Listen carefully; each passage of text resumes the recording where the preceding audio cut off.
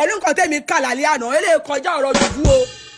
Ó sọ̀rọ̀ ọkùn díẹ̀ kó kú she tell someone Tọ́pẹ́ sọ̀rọ̀ tẹ́ni tí n bá ṣe mí kàn bá mi so pásítọ̀ yẹn mú torí evidence dey why you dey ask for her phone password why tẹ fi béèrè fún phone password wọn èmi tí mo Tọ́pẹ́ láti I've known Tọ́pẹ́ since 2022 she is my sister. Ìgbà tí wọ́n wà ní problem gan tí problem yẹn jẹ́ problem òṣòro ayé Ìbàdàn yìí ọ̀dọ̀ mọ́ sí mi lọ wá ọ̀dọ̀ mọ́ mi ni wọ́n wá ọ̀dọ̀ wa lájọ wá tẹ́ni tí bá ń ṣe ó jẹ́ nǹkan tí ò lè mú nǹkan mọ́ra brella àti Tọ́pẹ́ brella ni tí nǹkan bá ṣe nísìn tí ò bá rẹ́ni fọ̀rọ̀ lọ orí àmà gbóná gbogbo ara máa tutù ó máa ń láìkì kó sọ̀rọ̀ síta ara àmà gbọ̀n bẹ́ẹ̀ni tí o bá always talk Tọ́pẹ́ máa sọ̀rọ̀ ó máa mẹ́sọ̀ pé òun ní gbogbo kéèsì yìí nínú mi ṣe ń dùn láwọn ọ̀nà kan ọkọ everybody ò ní balẹ̀ wọ́n mi ti ní kí n máa sọ̀rọ̀ kí ló dé tó sọ ẹni tí màá ti gbéra mi síta tẹ́ni tí bá ṣe mí kan so pásọ̀ yẹn mú ni màá sọ. èmi gan abẹ́ ṣe fídíò máa bẹ́ ṣe gbé píṣọ̀ ìpàdé. tẹ́ni tí bá ṣe ṣẹ́rí chátẹ̀lé mi sọ̀rọ̀ pa yìí I was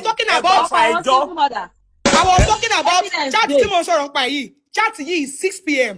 before anything happen 6 p.m. ní chat yìí ló tẹ̀sí ìkan lára àwọn ọmọ ẹ̀ ó dẹ̀ sọ nǹkan tó ń ṣẹlẹ̀ fún bọ̀bọ̀ yẹn nǹkan báyìí ló ń ṣẹlẹ̀ sí mi báyìí ní 6 p.m. before kan tó wá post ní 7:23 p.m. so eléyò kì í ṣe ọ̀rọ̀ pé báyìí chat jẹ́ta ìjẹ́rin nǹkan tó wà kíákíá ni ọkọ̀ everybody ò ní balẹ̀ èmi tí lè máa ṣe fídíò fún tẹ́ni tí bá ṣe mí wọ́n máa gbé. ó tẹ̀ sí nǹkan kan tó fẹ́ ṣe ẹ́ kò sí eléyìí kò lè escape. tó kọ sórí status ẹ̀yẹn kí ni mí ni. ọkọ̀ tuntun ni last post tó post náà. ó wá password ṣe ó ti kọ́ làwọn èèyàn lára àwọn tó pè nípa kí ni password fóònù yẹn. ó bèrè password why are you asking for the password why tí èmi ẹ̀ fi wà níbi fóònù yẹn. orí chat mo sẹ́yìn sí ẹ náà. ìbò yìí chat sí ẹ náà ẹ̀rí. ó lọ pray náà nǹkan ló ṣẹlẹ̀ ọ̀tún lè lọ pray ṣùgbọ́n àdúrà mi sí gbogbo èèyàn olólùfẹ́ tó lè tẹ̀sán ni pé òun ló ti oríwá bá lọ ò ní ṣe gbàbọ̀dé òun ló ti ti ilé bàbá wọn tí wọ́n pa ẹ̀yìn èèyàn kí ló ṣẹlẹ̀ gangan nù fọ́nrán yìí ẹ̀sùn mọ́ bí ẹ̀wà gbọ́ ẹ̀wà nǹkan fìdílé ìgbà tó fẹ́ ṣe kọ̀ǹtẹ́nà tó ń ta toast bread ìgbà tó fẹ́ ṣe kọ̀ǹtẹ́nà wọ́n ní joy ṣọ́ọ̀ṣì ni wọ́n ti ń ta kọ̀ǹtẹ́lẹ̀ wọ́n ní wọ́n gbógun tàwọn ní church ipe nǹkan táwọn ń ta mílíọ̀nù táwọn ń ta ẹnìkan ń ta nínú ibẹ̀ bẹ́ẹ̀ káwọn lọ ṣe kọ̀ǹtẹ́nà àbúrò mi àbí kí ló rò mo ní ẹ lọ ṣe kọ̀ǹtẹ́nà tẹ́ bá ṣe kọ̀ǹtẹ́nà ẹ máa ta jàyín díẹ̀ láti bẹ̀ nǹkan ó máa ṣe oya toast bread tí mo ṣe ó dẹ̀ dùn o kíníkan mo ní ẹ máa ṣe toast bread yẹn bẹ́ẹ̀ kẹ̀rẹ̀kẹ̀rẹ̀ ajá máa wọlé mo ti ra búlọ́ọ̀kù o mo ti bẹ̀rẹ̀ sí í ṣe díẹ̀ o kò sí business lady yóò ṣetán bó ṣe ń ta pẹ́fù ló ń ta table water bó ṣe ń ta table water ló ń ta carmix kò sí business tí ò ṣetán ó dẹ̀ lókè mo ní ẹ máa ṣe mo ní ọkọ mi gan bó ṣe máa sọ nìyẹn ó bá fẹ́ wa mọ́tò mi mo máa fún ní kọ́kọ́rọ́ mọ́tò mi mo tẹríba fún bọ̀bọ̀ yẹn àwọn tó ń frustrate yẹn òun làwọn ẹ̀gbọ́n bọ̀bọ̀ yẹn ẹ frustrate ẹ̀yin people yẹ ẹ kíra yín mọ́ nínú ilé ẹ kí mọ́ ẹ bá sọ̀rọ̀ mọ́ you don't talk to her again ẹ ti bẹ̀rẹ̀ sí yọ ẹ lódì ó tó ṣèjì kan àti tọ́pẹ́ ní kí n máa bọ̀ lẹ́kọ̀ọ́ kí wá lọ 7 days pẹ̀lú àwọn mo ní tẹ́mi máa dé gbogbo àwọn people ilé mi máa fi blow for lójú o ẹ mọ̀ pé mi ò gbàdùn àwọn bẹ̀rẹ̀ sí lura wa ó ní láti pọ̀ mọ́ mi pé kí n máa bọ̀ kí wá lọ 7 days mọ́ mi níjọ́ ìtọ́ni kó wá bá ẹ ní Èkó yìí ó máa lu àwọn ìtọ́pẹ́ ní family ọkọ yìí èmi á lù wọ́n o èmi á lù wọ́n tó bá ti jọ tó ní lílù kí n má wá o tí bá bẹ̀rẹ̀ sí ń lu kíní kéèsì òní tọ́ ìjà dúró sí Ìbàdàn ló fẹ́ gbalẹ̀ sí kò lóhun lọ sí Èkó gbogbo because a máa sọ̀rọ̀ every day ó lẹ́ni tí wọ́n ń dẹ̀tì kí wọ́n tó kó má nìyí tọ́jọ́ break up gbogbo kíní yẹn lè mímọ̀ gbogbo nǹkan táwọn èèyàn sọ yìí is just a lie ẹkọ̀ sáré pé nìkan wá tó jẹ́ star and you hijack ẹ wá hijack ẹ tán ẹ wá jẹ́ kó sún fún gbogbo àwọn èèyàn.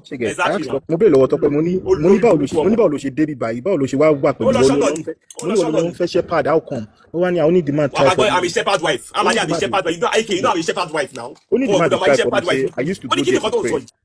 Should I bust your brain? I don't have to say this thing, but I will say it. Ṣé àwọn pé àti tọ́pẹ́ padà kúrò nínú ilé yẹn ó kúrò ìgbà tó kúrò ó lọ ń gbé pẹ̀lú yẹ́dẹ̀ẹ́sà kan yẹ́dẹ̀ẹ́sà tó lọ ń gbé pẹ̀lú. Tèmi Tọ́pẹ́. ẹni wọ́n mọ̀ kọ́ tó padà lọ ṣe níbẹ̀. ìyá ni Tèmi Tọ́pẹ́ tọ́jọ́ sùn lẹ́lẹ̀. mi ò mọ̀ kọ́ tó padà lọ ṣe níbẹ̀ nígbà tí àtọ́gbẹ́ máa dé ẹ̀wọ́ tó claim ọkọ you have another person.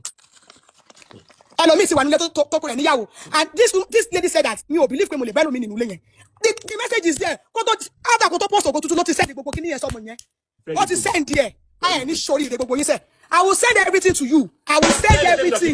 Because it was gbọ́dọ̀ di dání. Èmi máa send everything. Àtọmọ tó yẹ pé òun ló close mọ́ wọn jù. Tó yẹ gbogbo àṣírí ẹ̀jẹ̀ yìí kò sí ká má sọ fún ọmọ yẹn. Torí pé mi ò sí tòsí wọn. Ọmọ yẹn náà máa send number ọmọ yẹn. Kò sí nǹkan tó ọmọ yẹn mọ̀. PA ò many things tani PA. Ẹni tó mọ a lot of things jù. I go drop her number. Má dárúkọ ọmọ náà, má dárúkọ ẹni náà. Mi ò dárúkọ ibi tó ti ní kọ́mọ yẹn sá. Mo ti ní kọ́mọ yẹn sá o. Tọ́pẹ́ ká mọ̀ ní pé kánsà kan ló pa Tọ́pẹ́. Kánsà kan ló pa Tọ́pẹ́ ti wà okay. Kánsà kan ló pa. Àná sọ pé òun ti wà okay. Àyíjọ́ tó bá ó ń tẹ̀yìn ọ̀bá yìí. Kéèyàn máa tọ̀nù. Tọ́pẹ́ fi hàn mí báyìí. Ó fi hàn mí ní sí my breast. Ìdé okay. Wọ́n ti wà okay o. Wọ́n ti wà okay. Wọ́n ní kéèyàn máa lóyún. Wọ́n ní kó máa lóyún fọ́dún márùn-ún. Àzọkọ tó kù rẹ̀ lọ́kọ̀ọ́ olórí burúkú òun kì í mọ́lẹ̀ òní sórí rẹ̀. Hello, everybody. Evidence tèmi tiẹ̀ mú dání. Tọ́ba ju evidence eléyìí. Tọ́ba ju evidence eléyìí. Tọ́ba ju evidence eléyìí online máa dàrú. Wọ́n á tẹ̀ kọ́kọ́ gbé pásítọ̀ náà. Gbogbo pásítọ̀ tó ń ṣe yẹn. Mọ́mí ti ní kí n máa sọ̀rọ̀ because she talk around 6 p.m. that this is what is going on with her. Nǹkan tó ń ṣe òun lélẹ́yìí o, wọ́n gbà wọ́n o. This is what they do to her o. Nǹkan tó ṣe fún òun lélẹ́yìí. Nǹkan tó ṣe fún òun rèé. Nǹkan tó fà lọ ṣe fún òun. And ó kọ́ fúnra ẹ̀, ó dẹ̀ dárúkọ. And she mentioned name. That is the reason why I like the chat. She mentioned name. Ó dárúkọ àwọn tó ń ṣe gbogbo ẹ̀. And the guy send it to me. Ó dẹ̀ wọ́n dárúkọ ẹni tó ṣe gbogbo nǹkan yẹn bó ṣe ṣe everything. Ó sọ ní 6 p.m. before kó tó post ògo tuntun. And that's the reason why I said that if anything happen to me, tí ẹ̀ka bá ṣe mí. Because ọ̀rọ̀ yẹn máa ṣọ́ọ̀kì wọn. Sorry, message mi, kò sí nǹkan kan. Kò sí nǹkan kan. Ó sọ wípé ibo lẹ́wà kí n wá bá yín ní 6. Ibo lẹ́wà kí n wá bá yín. Ẹ sọ bí tẹ́ wà fún mi. Nǹkan tó ṣe yóò dà. Nǹkan tó ṣe yóò dà. Ẹ wá sọ pé cancer. Ẹ ń bá sọ pé cancer ikú máa pa.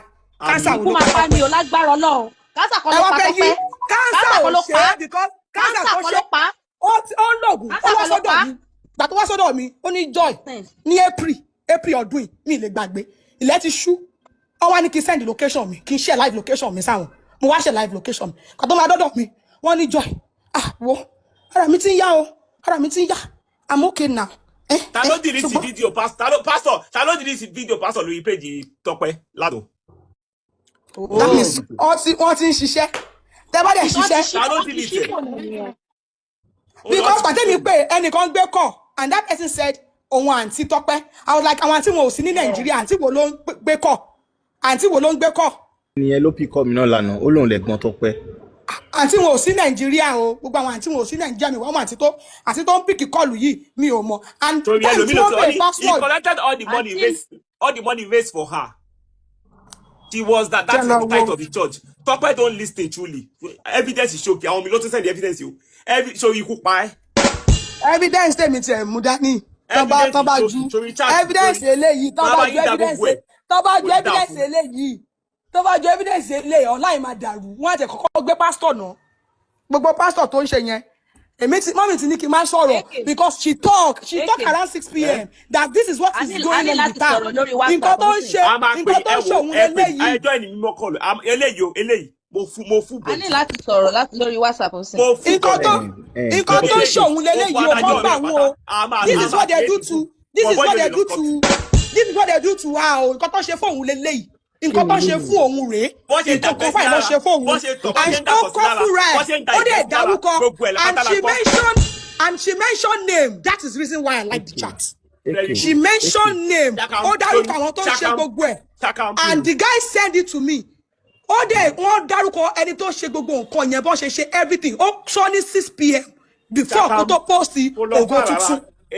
And that's the reason why I said that if anything happen to me, tí ẹ̀ka bá ṣe mí. Because ọ̀rọ̀ yẹn máa ṣọ́ọ̀kì wọn. Sorry, message mi, kò sí nǹkan kan. Kò sí nǹkan kan. Message mi. Tí bá sẹ́ẹ̀dì kíní yẹn sí yín, ọkọ̀ speaking mother, tí bá sẹ́ẹ̀dì kíní yẹn sí yín, I swear to Almighty God ẹ̀ lè mú mọ́ra. Gbọ́dọ̀ di evidence yẹn, ìwọ nìkan gbọ́dọ̀ di mú, dà sáwọn tó kù, dà sáwọn fáwọn tó kù, kọ́ dì mú. Bọ̀bọ̀ yìí. Ọmọ tó sẹ́ẹ̀dì kan sí mi gan, I need to tell that boy, kó má sọ location ẹ o, kó má sọ location ẹ fáwọn èèyàn o, torí ọ̀rọ̀ tọmọ yìí ń sọ, nǹkan tó lè fi gbéyàn ní kò jọ o, kó má sọ ibi tó wà o. Eke.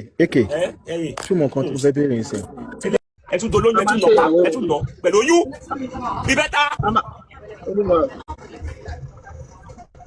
Ìbẹ́ta.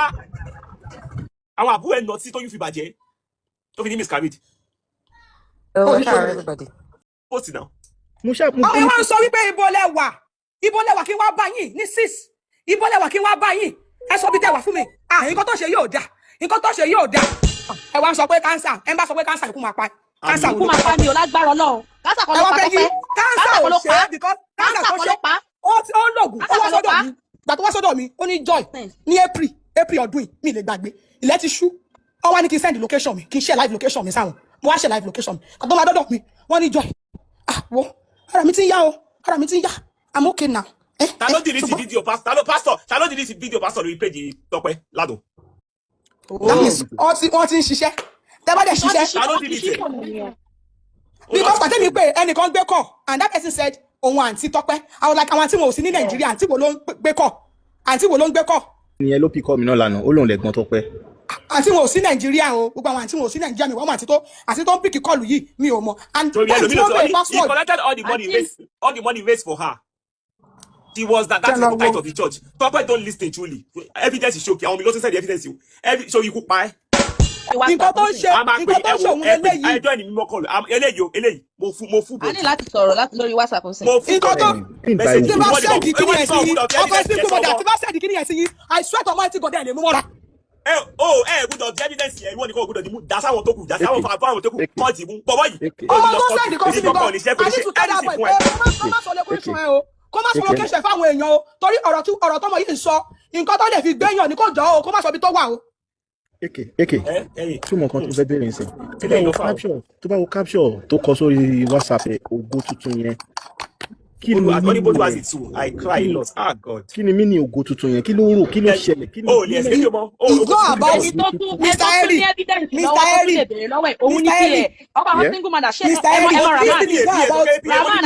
Raman àbí kò sọ ẹni tí fóun pẹ̀lú owó kẹ́pì ẹ̀ ló lẹ́sìn.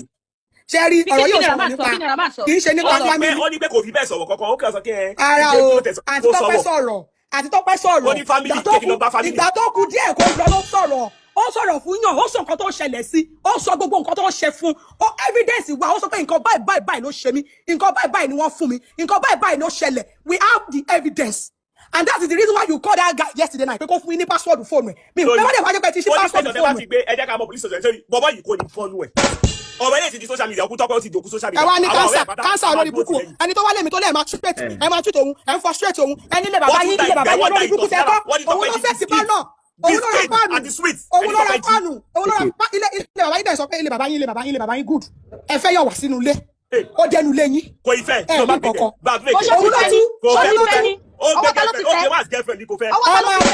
ẹ máa gbọ́ bó ṣe ṣe tẹ́lẹ̀ mi tí mo sọ̀rọ̀ yìí kì í sí pé Yes, this is Tọ́pẹ́'s auntie to all America. Yes, so to start with. Okay, so èèyàn kan ló send the kini life is me can join. Actually, mi kọ́kọ́ fẹ́ join. Mo ti kọ́kọ́ send the DM, but ó dà pé èèyàn need láti send multiple kéèyàn tó lè join. Yes, you have to send DM sí mi mo lè rí because mo no understand. Torí mo ṣe send message, back to back. So the first thing tí mo fẹ́ sọ, because I have my other sisters. Àwọn auntie, àwọn tó ń gbé call yẹn ní Nigeria. Obìnrin ẹjọ́ torí Ọlọ́run tẹ́ bá ti ń lọ sí chọ́ọ̀chì àbílẹ̀ aláàfáà àbílẹ̀ babaláwo ẹ máa wà kẹ́ẹ̀fù. wọ́n tẹ̀ sí wa òkè nǹkan tó ń dùn mí ni wípé àwọn ọ̀rọ̀ yìí kò yẹ kí n máa sọ ìgbà tó ń fèsì nǹkan tó ju eléyìí lọ tó lágbára ju eléyìí lọ tó yẹ pé tó lágbára ju eléyìí lọ táwọn èèyàn ò mọ̀ online Ìbàdàn yìí lẹ wà ọ̀dọ̀ mi lẹ wà fún 1 month 2 months ọ̀dọ̀ mọ̀ sí mi lẹ wà yàrá mi lẹ ń sùn tájọ ń jí nǹkan pọ́blẹ́mù tó wọ́ọ̀sì fún yíjú wọ́n ti dòkó ọlọ́fọ̀run pẹ́ tí wọ́n ò rí nǹkan oṣù wọn láti jọ Ìbàdàn ilẹ̀ ti ṣẹ́gun ẹ̀ gbogbo pọ́blẹ́mù tó jẹ́ spiritual problem yín Ọlọ́run ti ṣe fún yín so kí ni nǹkan tó tẹ́lẹ̀ ní olórí burúkú wo ló wá mú yín lọ bẹ̀. ó lè bí ìbẹ̀rùlẹ̀ kí inú gbọ́ lórí burúkú. Mr. Eri ṣé kí sọ fáàtì fún yín ogun tó ń jà àti ṣáà pé tíyàn bá close mọ́yàn tẹ́ bá close mọ́yàn gan tíyàn jẹ́ 5 and 6 yín tó wá jẹ́ kó máa sọ̀rọ̀ púpọ̀ nínú nǹkan ènìyàn máa fẹ́ mọ̀ tíyàn bá lógun nílé ayé kò sẹ́ni tí ò lógun mọ́ lógun tèmi tó bá jẹ́ pé ogun tó wọ́ọ̀sì jù fún ẹni yẹn Ọlọ́run wá fi áńgẹ́lì wọ̀n àwọn ogun yẹn ti ń ṣẹ́ ogun kan tó kọ̀ kù nípa ogun ọkọ gbogbo nǹkan tó jẹ́ spiritual lifestyle wọn tó wọ́ọ̀sì fún wọn Ọlọ́run ti rìn lórí ẹ̀ kọjá Ọlọ́run ti ṣẹ́gun ẹ̀ nǹkan tó kọ̀ kù fún àti tọ́kọ́lá yẹn ni pé wọ́n fẹ́ máa rí wọ́n dẹ̀ fẹ́ bímọ lẹ́yìn ìyẹn sísà yẹn ò lógun o. I never even believe my husband only I never believe. èyàn ò rí nǹkan oṣù èyàn ò ṣe nǹkan oṣù fún dídí 5 years ó dẹ̀ wá sí Ìbàdàn ó dẹ̀ rí ìrùwọ̀ṣẹ́ Ọlọ́run wọ́n dẹ̀ ṣe ó dẹ̀ rí àwọn ogun tó le gan àwọn ogun tó le tẹ́lẹ̀ pé kíyàn máa sáré kiri gan Ọlọ́run dẹ̀ ṣe ṣe bí mọ́ni mi lọ́wọ́ bá everything dey ṣe evidence dey. Really yo, mo ní gbà fún ẹ bọ̀bọ̀ yìí. Gbogbo ẹ̀ṣẹ́ ó ní Mary Sunday ó sì ṣe voice note níjọ́ Sunday náà sí mọ́mísí mi tó ń bá mọ́mísí mi sọ̀rọ̀ tó ní à mọ́mí nǹkan báyìí ṣẹlẹ̀ mọ́mí ni àtọ́pẹ́ pẹ̀lẹ́ pọ̀ kódà Ọlọ́run akẹ́ gbogbo ẹni máa fọ́ọ̀dù sí ọkọ̀ àwọn single mother tí ọ̀tọ́ náà bá di wọ́n ṣọ́ọ̀kì ọ̀rẹ́ lè sọ̀rọ̀ ẹnu. Ìwọ wà ní pé yàn lọ ṣe prayer in church. Èmi ò mọ̀ kan tó wà ń bẹ̀ o àwọn wòlíì ọkùnrin yẹn bá ṣe máa ṣe nìyẹn. Mo ní Tọ́pẹ́ you sure say this thing na ordinary eyes. Ní na wetin my husband dey talk say people fit dey talk say he use juju. Eléyìí sọ̀rọ̀ ṣì I will not ṣì má bì. Kò tẹ́ ẹ fẹ́ bàbá tèmi tẹ́lẹ̀ bá ṣì má bì kò fẹ́ bọ̀bọ̀ yìí bàbá. Ọdún kìíní lọ mọ anybody mọ rí lé rọnú dẹ̀ gbọ́mọ sábẹ́ ọmọ tó ní wọn kò gbúdọ̀ operation for 5 years kò gbúdọ̀ lóyún fún 5 years nítorí ó ní oògùn tó yẹ kọ́mọ yẹn máa lò kò gbúdọ̀ lóyún fún 5 years ẹ̀ ń rọ ọmọ yẹn lóyún ẹ̀ ń rọ lóyún nínú ọdún ìlàsàn ní May ó sì ṣẹ́yún kan oyún sì jábọ́ lára ẹ̀ tẹ́ ẹ̀ dẹ̀ mọ̀ lọ́sípítù nígbà tẹ́ fẹ́ lọ gba ọmọ yìí tẹ́ ẹ̀ mọ̀ lọ́sípítù pé ẹ̀yin wá sọ pé ó Tọ́pẹ́ ò fún yín lówó kò fún yín ju 1.2 lọ olùṣọ́ 1.2 ni Tọ́pẹ́ fún yín 1.2 a gbé statement of account ẹ̀ jáde ẹ má wọrí gbogbo transaction bówó yẹn ṣe lọ àti wọ́n máa trace everything tẹ́ bá mọ̀ kẹ́ lọ mọ̀ àti gold ẹ wá ní gold ó ra gold fún yín ẹ mọ̀ pé ó mú gbóngbà yẹn o ẹ wá tún sọ̀rọ̀ lẹ́nu olùṣọ́ ṣé mọ̀ ọ́fíìsì yín ni ọ́fíìsì yín àti olùṣọ́ ṣé mọ̀ nǹkan tó jẹ́ ni ṣe rò pé ọ́fíìsì yẹn ó kàn déédéé àyàbá ó kàn déédéé ìyẹ́rì ti ọ́fíìsì ni ṣé ó déédéé ìyẹ́rì ti ọ́fíìsì ni